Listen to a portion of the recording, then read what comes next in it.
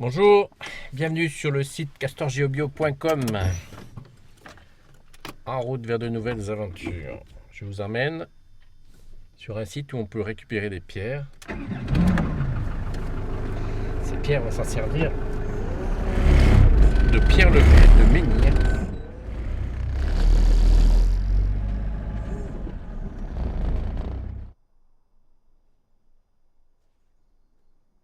Alors nous allons voir comment récupérer une pierre qui va être compatible avec le travail qu'on va lui demander de faire. Il y a des pierres qui sont magnifiques mais qui ne sont pas compatibles avec ce travail. Donc on va aller la chercher ici dans une forêt. Alors, en général on les trouve sur place, 9 fois sur 10 on trouve les pierres sur place dans un jardin ou à côté.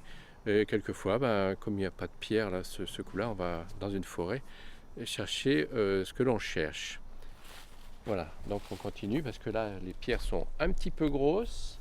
Elles sont magnifiques, mais on ne pourra pas les transporter. Alors, on va aller voir un peu plus loin si on en trouve une. Alors ici, par exemple, vous avez deux jolies pierres. Celle-ci me paraît très intéressante. Elle vibre bien, je le sens très très bien. Alors si vous avez des doutes, vous pouvez sortir votre pendule et poser des questions. Bien sûr, il faut demander l'autorisation. Et une fois qu'on a l'autorisation, voilà, autorisation de tester. Donc on pose la question, cette pierre est-elle compatible avec le travail que je vais lui demander de faire, c'est-à-dire de transformer les énergies négatives en énergie positive.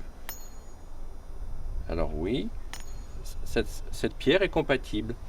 Et je peux demander aussi le pourcentage de satisfaction. Le pourcentage de satisfaction que va me donner cette pierre, oui, c'est au-delà de mes espérances, donc cette pierre est très très bien.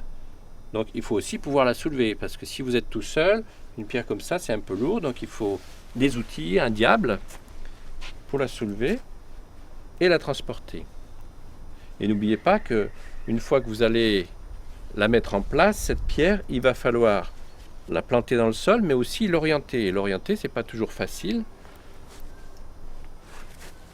Vu la taille de la pierre, c'est pas toujours facile.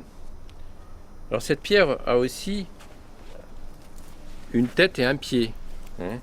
C'est-à-dire que, par exemple, le pied pourrait très bien être ici et la tête ici. Alors là, c'est pas très pratique parce que elle va pas être très stable cette pierre-là, vu que le pied. Par contre, si c'est la tête et ça le pied, là, c'est parfait parce qu'on aura une grande stabilité et la pierre aura une forme très très belle.